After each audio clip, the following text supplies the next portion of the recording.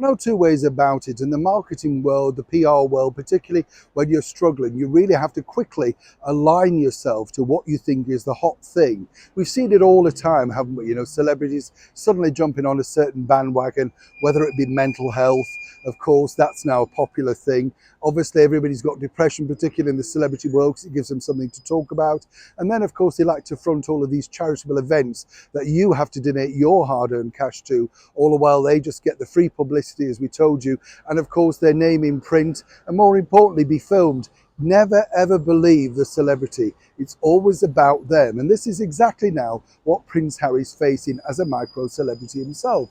As we saw in that recent visit to the American football game, which has now been brilliantly spearheaded in a wonderful marketing campaign by someone who is genuinely loved here in Britain, particularly after his wait for such a long time to see our late and wonderful monarch, Queen Elizabeth II, David Beckham, managed to turn his US career around, and it's proving great guns. This has, of course, proved problematic for the former royals known as Harry and Meghan. You see, they had fallen out with him big time because apparently, well, they were accused allegedly of leaking stories out to the media. Laughable when you think, because as I say, I've known David and Victoria and their families for some time.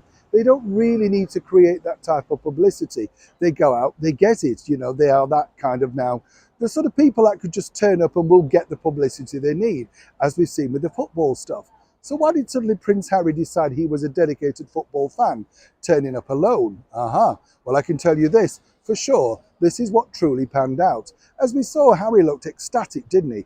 Thrilled to be at the football game, like a little boy clutching at his ticket, can't quite believe he's been invited. As I say, when you saw the guest list, you could see how far down he's literally fallen down the, shall we say, celebrity ladder. Hooking up with the one-time big Hollywood hitter, Will Ferrell, that was hopeful of a bit of publicity, and it worked. But according to a very well-placed source, both Harry and Meghan now would like to rekindle said friendship with David and Victoria Beckham.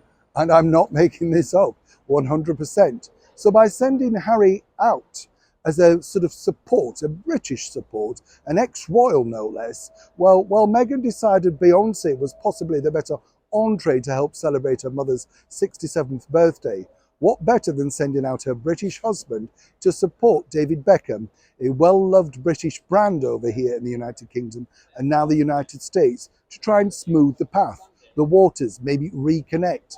Now, what happened was they were very aware, the Beckhams, that Prince Harry was in the stadium. What I was told by a very well-placed source was part of an incredible team that puts these things together out there. There was a lot of toing and froing as to whether Harry should reach out in public to see if he could get some kind of connection back. What happened was there was something sent over to David Beckham to wish him well, some kind of congratulations. At this stage of recording, I'm not quite sure whether anything was forthcoming behind the scenes. Did the two meet up privately? Did Mr. Beckham in fact acknowledge said goodwill message?